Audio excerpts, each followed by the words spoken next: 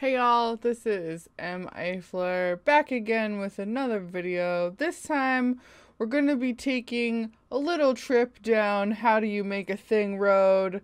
For the last few months I have been making a series of photographs called The Masking Machine.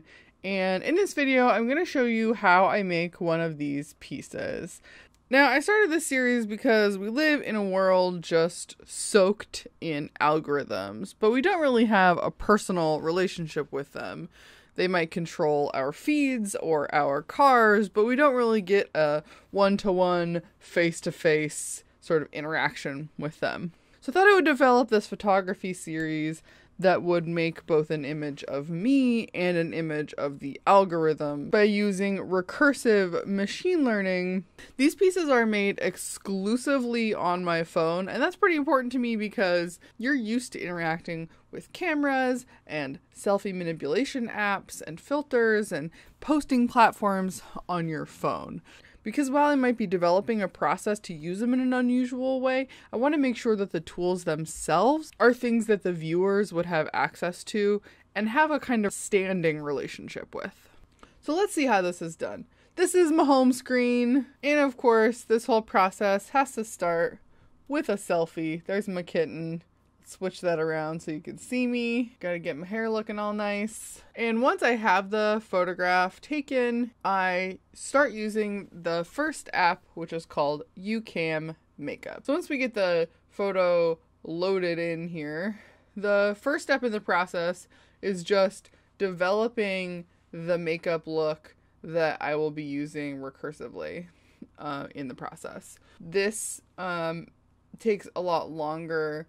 I'm kind of picky about what the makeup looks like. And this is the only time during the process that I really get to nitpick about what the colors in the image will be and how intense they'll be, how much shine. In this image, I'm not going to be using foundation or contouring because I'm focusing on a layering that leaves some of the foundation of my face in place. But if the image I'm going for is an entire mask face that has slid off of my original face, I would go for more contouring and foundation. And then once I have the makeup established, I go into the recursive portion of the process. And this is super repetitive. We're talking about doing the same 6 button clicks 100 or more times, in which I open the image, let the landmark detection detect a face, apply the makeup that I just saved, save out the image, and then do that over and over and over and over and over again.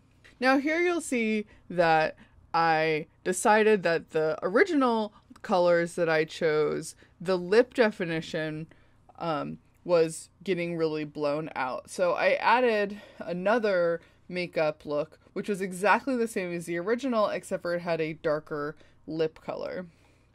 And I did that just so that I could alternate back and forth between a darker lip color and this bright blue that you're seeing to give the lips more definition. Now I started to get this problem where the lip was being defined as this very thin line that was just underneath the nose, which is often fine, but this is an artwork and I am in collaboration with the algorithm. So I often will go in and encourage it to do things that it's not doing on its own. I don't just let the algorithm do whatever it wants. So here you'll see me manipulating its definition of the lips to try and get it to stop doing that very thinly defined lip, which will not give you a beautiful or even creepy or unusual image. And you can see as I go, the face starts to get much rounder as those pink cheeks and the under chin contouring round out the center of my face, and the eyes get much narrower than they were originally as that very strong center contour of the bright line in the middle of the nose and the dark lines on either side of the nose really start to draw my face into this sort of pinched look. And then eventually one of the eyes starts to drift off to the side, and that drifting eye is what starts to draw the algorithm out.